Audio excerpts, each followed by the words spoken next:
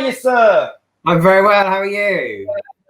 We are doing wonders. How the heck are you? Good. I'm pleased that you talked about Tony the Tiger and they're great. You wouldn't be surprised. Everyone says that when I talk to them. Why don't? Yeah. Well, great. I met him many years ago. I met him at the factory. We were doing a little. I think it was a I have to say, it was up there. It was up there with meeting Mickey Mouse. It really was. Because not everyone realises that the Frosties are actually made in Manchester, in Trafford Park. Absolutely. So I mean, Manchester, and like cornflakes, and they're exported all around the world. So, you know, Manchester is the home of Frosties. I salute it when I go past Trafford Park. It's so brilliant. But Kellogg's has been going since 1938. It's kind of been the biggest factory, isn't it, in Europe since 1938. We love Kellogg's. We've got it here, but we love it even more at the moment because you've done a special thing to your building. So we have 3 factories in the UK. We have one on a 2 in Wrexham and 1 in Manchester, which I know you're showing a picture of there. And for June, we've decided to light up all our factories in the rainbow colours just to really mark Pride Month. And, you know, we don't pretend that that's going to in any way replace any sort of Pride celebrations, but we have groups for LGBT plus employees, and they all got together and we were like, well, we want to really do something just to show our support for our employees that are LGBT, those people that perhaps are living in lockdown who are LGBT and finding it difficult, but also just to, you know, say we stand with you. So we all came up with the idea, and the factories are lit up. They've been lit up for this month. And our Manchester factory will also light up again over August Bank Holiday, which obviously is where Manchester Pride would normally happen. Wow. Now, have you got any employees currently at the factory, or has the cereal station come to a stop? No, so actually it's really interesting. The food industry is classed as key workers. And obviously we're not saving anyone's lives like the NHS. Not going to pretend that. So our factories have been open all the time. And it's actually really easy for social distancing because the factory that you just shown in Manchester is 2.5 times the size of Buckingham Palace. But at any one time, there's only about 100 people working there. So it's actually quite easy to maintain social distance. Yeah. Oh, wow. Can they dance then whilst doing all the packing of the cereals? I'd be like that going down the street. I've still got. But there's so many robots there that you know there aren't actually that many people. I've still got one thing that I have to tick off on my bucket list, and that is to see a piece of rice turn into a Rice Krispie. Well, you should let me know and we'll organise a tour. You can see them being made. That would be amazing. Magical, yeah. I'm obsessed with that program called Inside the Factory. And it would be a dream to go inside your factory. So it would be great to get to Kellogg's. Going back, though, to the amazing thing that you're doing with those lights, you know, how important is it as a business? You are great. Kellogg's are great about the inclusivity. But how important is it for other businesses to be that inclusive? I think, you know, we've been... You know, no business gets it right, do they? And, you know, we've been talking a lot recently about how we can be more, you know, LGBT aware. We've just partnered with Stonewall, who are helping us go through our processes and policies and listen to employees and make sure they're doing the right thing. But, you know, I think everyone spends so much time at work. You want to be somewhere where you feel you can belong. You don't want to have to edit yourself too much at work. You don't want to have to be explaining or covering up what you're doing at the weekend or making an excuse why you have this certain partner or you don't have a partner. So for us, it's just about creating that environment where everyone can just be themselves and rock up to work and be themselves. Oh, sounds fab. Kelloggs has always been quite an inclusive place, though, hasn't it? It's been quite an inclusive environment for a number of years now, even going back to, I think, the beginning of the 80s as well. Yeah, I think we're very lucky. We've been around a long time in Manchester. So you mentioned 1938 when we opened our factory. We've been here ever since our UK HQ as well. We have a head office in Media City in Salford. So we've been around a long time. We've really tried to be part of the community from you know, that day onwards, whether that's helping local breakfast clubs, helping food banks, or just trying to do the right thing by people.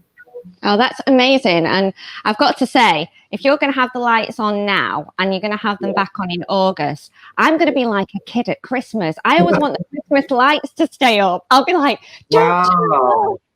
Keep them forever. Because we do a massive Christmas light up of the Manchester factory. Hopefully we'll do it this year as well. But we do it for the employees. They turn up, we have fireworks. It's a big thing. Do you need anyone to switch them on? We actually do. We built it. It's not far off looking like a cornflake anyway, so it's all good. Well, you have an invite. You have an invite for sure. Oh, that's amazing. Do you know what else I want to say? I was thinking about this. Tony in Pride colours.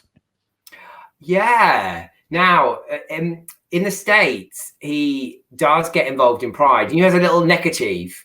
We do his neckerchief in the Pride colours. Oh, wow. That's amazing. What I've got to ask the question. It's just a food for thought. Snap, crackle, and pop. Friends or... those little cheeky elves, they're just good mates. Okay, then. Talking about the cereal, of course, which one is the nation's favourite then out of all that you do? Because we both have favourites. But... Although, just before you carry on, I have to say, where have Ricicles gone? Oh, we got rid of them. Oh, I'm mortified. I know, I'm sorry about that. About 2 years ago, we decided we're trying to improve the health of our cereals. And it was like the most sugary cereal we had. And so we thought, do you know what? We're going to stop selling it. That probably explains a lot of my youth and what emphasize I am now. So if anybody wants market research on that, they just need to... I have spent most of my life with semi-skim milk and Ricicles. So there you go. Paul, ignore this one. What would you say is your favourite then, the nation's favourite? So a broadcaster who I won't name last year did a survey and it said that Crunchy Nut Cornflakes was the nation's favourite cereal. And that's another Manchester. It was actually invented in Manchester 40 years ago this year. No way. Wow. Yeah, and I'm proud of that. Cereals, it sells the most and it's made in Manchester. It's the only place in the world that makes Kellogg's Crunchy Nut Cornflakes.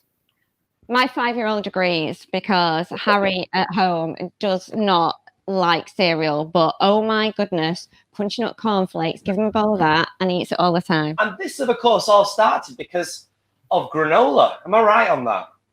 Yeah, well, our company and a lot of breakfast cereals started in kind of health craze at the kind of turn of the 19th, 20th century when people were when vegetarianism was catching on and people were looking for a lighter breakfast. Also, as more people were going out to work, they didn't want to prep a big breakfast before going to work. So that's how Kellogg's invented. Kellogg's was invented in a big health spa in America in 1902. Wow. It's amazing. It is. The story is absolutely fantastic. I was just going to say, the it stories really is. of Kellogg's, the actual story of the two brothers as well. Yes, really interesting characters. They were like pioneers, vegetarian. It's quite unusual if you think about it. They were around in the 1890s, and to have two vegetarians in the 1890s, that's really weird, isn't it? So they were real health pioneers. Oh. And they did invent something that is so kind of underrated, but like a necessity and a staple in everybody's life. Yeah. And what's interesting is when we arrived in the UK in 1922, no one was eating breakfast cereal at all. So the company kind of from the bottom up invented the meal by going and talking to grocers and giving away lots and lots of free food to people and lots of advertising. Wow. I've got to say, it is the most important meal of the day. If I don't have a good breakfast, then I'm no use or ornament to anybody. There's nothing better than waking up in the morning and hearing the sound of milk pouring on. I think we all need a bit of breakfast, whatever it is. We all need something to get us going in the morning, don't we? Yeah. And what have Kellogg's got coming up? I mean, are there any new cereals that you're planning? Yeah. Any kind of bits of gossip or, inside information you can give, Paul? Well, as I said, it's the 40th anniversary of Crunchy Nut this year. So we've got something really special coming up. But I can't tell you now, but I'd love to come back on and tell you in the next kind of couple of months about it. I'll tell you what we'll do. We'll do one better. We will come to you. Oh, come to us. Yeah, we'd love that because it's a really interesting Manchester story as well. So that's an interesting one for you. But also, we've got a really interesting new kids cereal that we've launched this year, which is made of fruit and veg. Wow. As in real fruit and veg? Yeah, fruit and veg. I've got bits of carrot flavouring and things like that in there. And beetroot flavouring. Is that out, Paul? Yeah, it's WK Kellogg Kids. It's out. You can buy it. It's because it's new. It's in quite small boxes, but you'll be able to get it in places like, you know, Sainsbury's and Tesco and Ocado and things like that. She's going buying some. I'm excited. I am. That's it. It's just going to be a great way to get those 5 a day into my kids. It is one of your 5 a day. So there you go. Love it. Love it. So the lights outside the factory, let's show them again. The lights outside the factory, how long are these staying remaining lit for us? The whole month of June, and then the ones in Manchester that you can see there on the screen, they'll be lit up again for August to celebrate when Manchester would have normally had its Pride celebration. Thank you so Brilliant. much for coming in today. Thank you very much for having me. Lovely to see you. Definitely come down to Kellogg soon. Please do. Just because I want to, and I think it's an easy way to get in there, basically. Get that bowl of cereal ready. Will do. Take care. Thank you, Bye. Paul. Thank you so much. Bye. Bye-bye.